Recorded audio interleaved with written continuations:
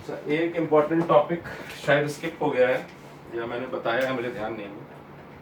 तो ये राहुल ने पूछा था सवाल और अच्छा रहा उन्होंने पूछा है। ठीक है, तो सेकेंड ऑर्डर सिस्टम है time response of second order system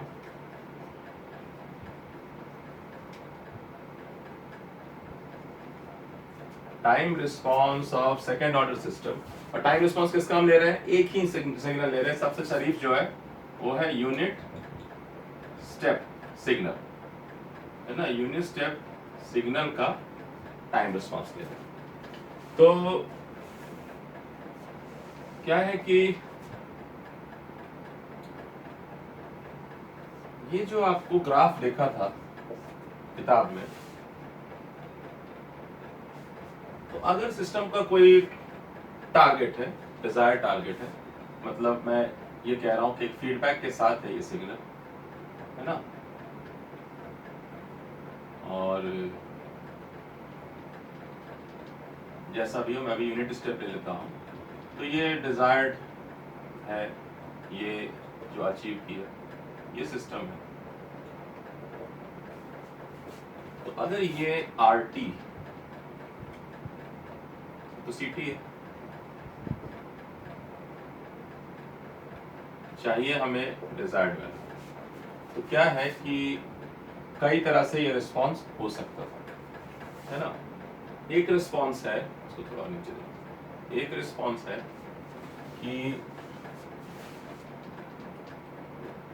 ये मान लीजिए डिजायर्ड है, तो ये लाइन है जो मेंटेन करना है मुझे पूरे टाइम एक्सिस में। तो जो जनरल रिस्पॉन्स बताया था वो ये था, ये ऐसे होके हर बार ये डैम्पिंग थोड़ा सा घटते जाएगा ना, हर बार थोड़ा सा जो ये हील है ये घटेगा, ठीक है। और ये फिर एक वैल्यू की तरफ पहुंचेगा। अच्छा, एक रिस्पॉन्स ये भी हो सकता है कि ये इस वैल्यू के आसपास ऑसिलेट करता रहे, ठीक है। बस अच्छा डायग्राम बनाता मैं आप लोगों के लिए। एक सही फिगर ढूंढ रहा था।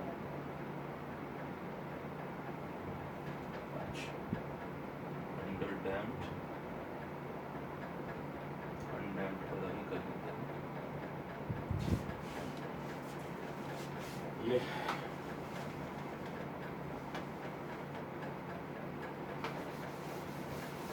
दोबारा बनाता हूँ, इससे नहीं काम चलेगा। फिगर अगर अच्छा नहीं बने दोबारा करिए, है ना। कोई बात नहीं, थोड़ा मेहनत लगता है, लेकिन फिर आप जितना बार उसको बनाइएगा आप परफेक्ट हो जाएंगे, गलतियां अपनी घटेंगी, ठीक है।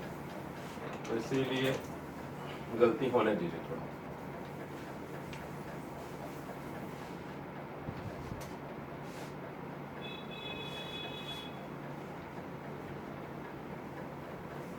मैं दो डायग्राम बना रहा हूँ आप लोगों को, दोनों मिक्स हो जाएगा नहीं तो। दो डायग्राम बना रिस्पॉन्स का, देखिएगा। ये तो CT है, ये RT। तो ये लाइन है जहाँ इसको सेटल होना है, ये लाइन है जहाँ इसको सेटल होना है, ठीक है। तो रिस्पॉन्स, जो जनरलाइज रिस्पॉन्स हमने कराया था वो ये था कि ये गया एक लेवल तक गया, हाई लेवल तक गया, और फिर उसके बाद ये वापस आया, घटते घटते घटते घटते ये कम होते जा रहा है, कम होते जा रहा है। लेकिन ये ऑसिलेशन ऐसा नहीं कह रहा हूँ, इट इज जस्ट वैनिशिंग, बहुत स्मॉल रह जाएगा। दूसरा रिस्पॉन्स ये है, ये गया और ये इस वैल्यू के अराउंड ऑसिलेट करना है, ठीक है। थोड़ा अच्छा ऑसिलेशन नहीं बना है, बिल्कुल सिमेट्रिकल रहती है ऑसिलेशन। अच्छा, तीसरा रिस्पॉन्स ये है कि ये कुछ ऐसे चला जाए, और एक रिस्पॉन्स और है, ये थोड़ा और नीचे से गिरा जाए।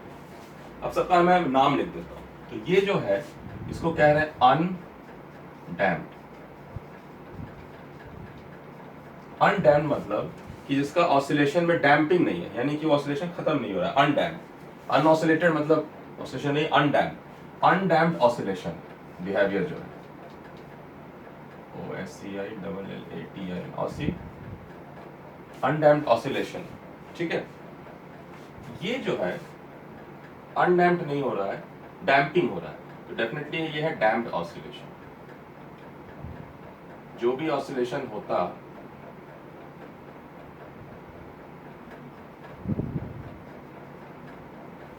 ठीक है, इसमें डैम्पिंग हो रही है, इसमें भी डैम्पिंग हो रही है। अगर सेम सिस्टम का मैं कह रहा हूं कि कुछ फैक्टर को चेंज कर दे रहा हूं, इसमें भी डैम्पिंग है, तो ये भी डैम्प्ड ऑसिलेशन है। इसका ऑसिलेशन फुल्ली डैम्प्ड हो चुका है, थोड़ा भी इसमें ओवरशूट या अंडरशूट नहीं हुआ, यानी डिजायर्ड वैल्यू के आसपास थोड़ा भी ये ऑसिलेट नहीं किया, सीधा टारगेट तक पहुंच रहा है, ठीक है। डेफिनेटली ये भी डैम्प्ड ऑसिलेशन है।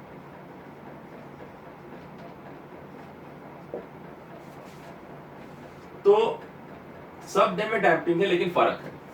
ये जो डैम्प्ड ऑसिलेशन है इसमें क्या है, ये भी डैम्प्ड है, ये भी डैम्प्ड है, लेकिन हम कहेंगे भाई ये थोड़ा ना फुल्ली डैम्प्ड नहीं है, इसमें कुछ ना कुछ ऑसिलेशन है, तो कहेंगे जितना डैम्पिंग हो, अगर मैं कहूँ नहीं डैम्पिंग चाहिए, ऑसिलेशन नहीं चाहिए था, तो वो ये होता कि डैम्प्ड है, बिल्कुल कोई भी ऑसिलेशन नहीं। इसमें है, इसका अलग से थोड़ा नाम बना दिया कि अंडर डैम्प्ड है। क्या है ये? अंडर डैम्प्ड, यानी जितना डैम्पिंग करना चाहिए था, थोड़ा ऑसिलेशन अलाउ कर दिया सिस्टम को कि थोड़ा ऑसिलेट करने के बाद वो अपने स्टेडी स्टेट पर पहुंचेगा, तो ये अंडर डैम्प्ड हो गया, ना अंडरमाइन किया, जितना होने चाहिए उससे थोड़ा सा कमी करके आका, तो अंडर डैम्प्ड है, जितना करना था डैम्पिंग उससे थोड़ा सा कमी किया, तो ये अंडर डैम्प्ड। ये डैम्पिंग जो है वो वैल्यू है जब मैं पैरामीटर को सेट करूंगा कि एग्जैक्टली उस वैल्यू पे ये डैम्पिंग होगा, इसको कहेंगे क्रिटिकल डैम्पिंग है, क्रिटिकली डैम्प्ड ऑसिलेशन है। क्रिटिकली यानी कि जो भी पैरामीटर वैल्यू सेट कर रहा हूं, सेम सिस्टम है, अगर मैं उसमें जैसे कि RLC सर्किट है, मान लीजिए ये तो एक हो गया RLC सर्किट, तो अगर मैं R को 0 बना दूं तो सिर्फ LC रह जाएगा, और LC रह जाएगा तो वो एक अनडैम्प्ड ऑसिलेशन हो जाएगा, ठीक है। अगर मैं R को थोड़ा बढ़ाऊं तो थोड़ी डैम्पिंग शुरू हो जाएगी, लॉसेस ऑफ एनर्जी।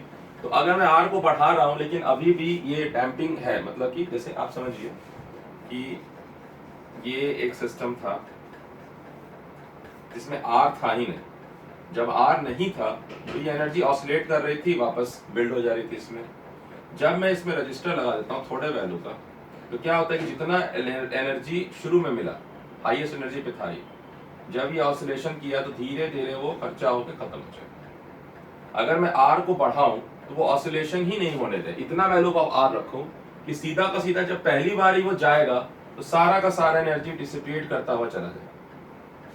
R इतना बढ़ा दिया, R अगर कम रख रहा हूं तो थोड़ा क्या हुआ कि एक बार के गुजरने में C चार्ज हो गया, तो C चार्ज हो गया, फिर C डिस्चार्ज होगा, फिर C चार्ज होगा, यानी कि R जो है वो इतना अच्छा डैम्पिंग नहीं कर रहा है कि एनर्जी सारा का सारा निकलते गया और जीरो होते गया, सारा का सारा इसने नहीं खींचा, कुछ कैप्चर में चला गया।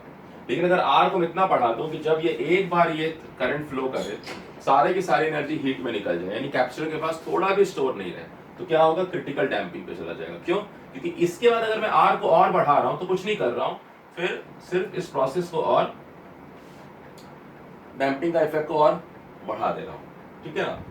तो अंडर डैम्प्ड, क्रिटिकल डैम्प्ड, और ये है ओवर डैम्प्ड, क्योंकि जरूरत नहीं थी, उतने R के बाद डैम्पिंग हो जाती। अब मैं सिर्फ R और बढ़ाने से क्या होगा, करंट कम हो जाएगा, सिस्टम स्लगिश हो जाएगा, डैम्पिंग तो होगी, एनर्जी लॉस भी होगा, लेकिन चूंकि मैं उससे ज्यादा R बढ़ाऊंगा, तो देखो R बढ़ा रहा हूं तो करंट तो कम हो रहा है, लेकिन एक खास R पर जो है मिनिमम टाइम पर डैम्पिंग हो गया।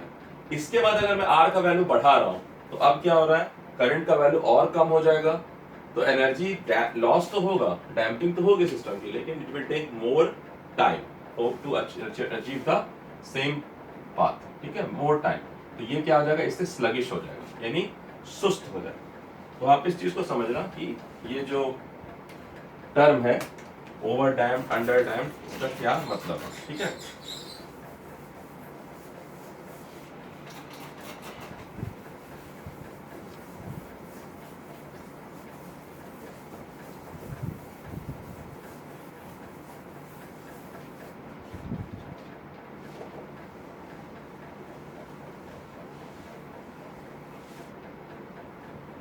फाइन।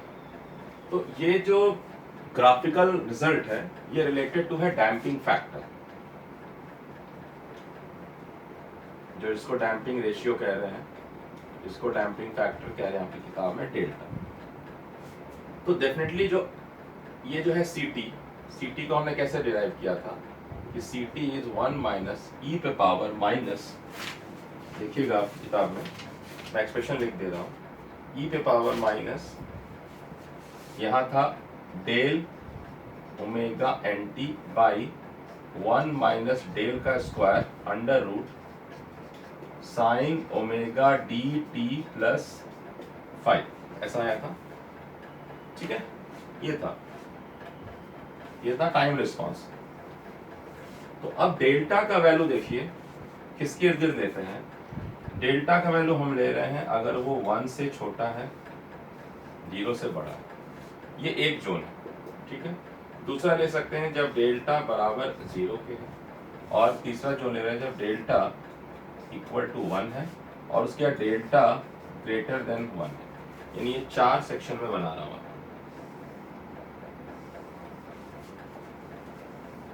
ये 4 सेक्शन बना रहा हूं। तो जब डेल्टा 0 है यानी डैम्पिंग फैक्टर 0 है, यानी मैं सिस्टम अगर आरएलसी ले रहा हूं तो आर को 0 कर दिया तो कोई डैम्पिंग है ही नहीं, तो सिस्टम क्या हो जाएगा, सिस्टम हो जाएगा अनडैम्प्ड। तो सिस्टम अनडैम्प्ड कब होगा, जब डेल्टा 0।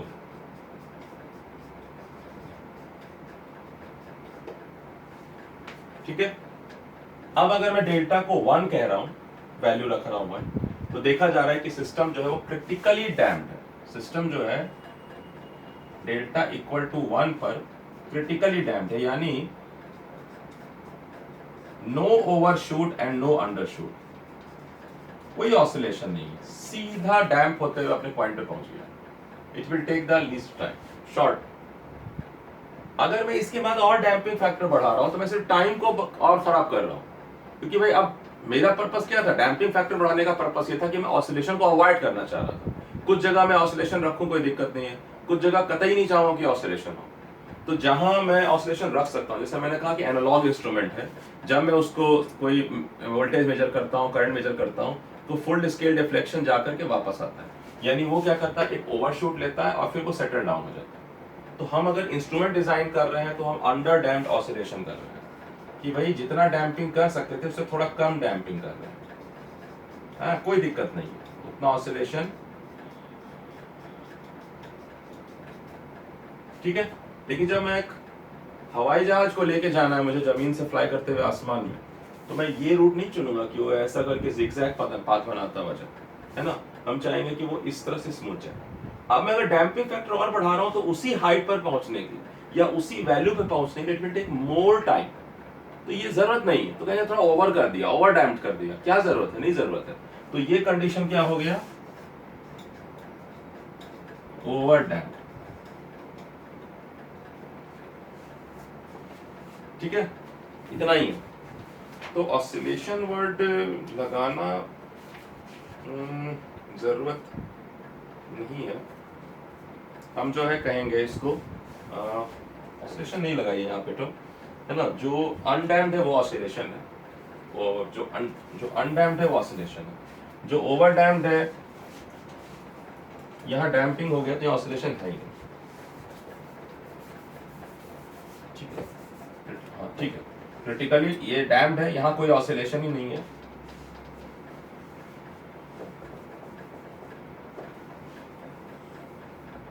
तो अंडर डैम में लिख सकते हैं ऑसिलेशन, अंडर डैम में ऑसिलेशन होगा, लेकिन अंडर डैम सिस्टम भी बोल सकते हैं। क्रिटिकली डैम को क्रिटिकली डैम बोलिए,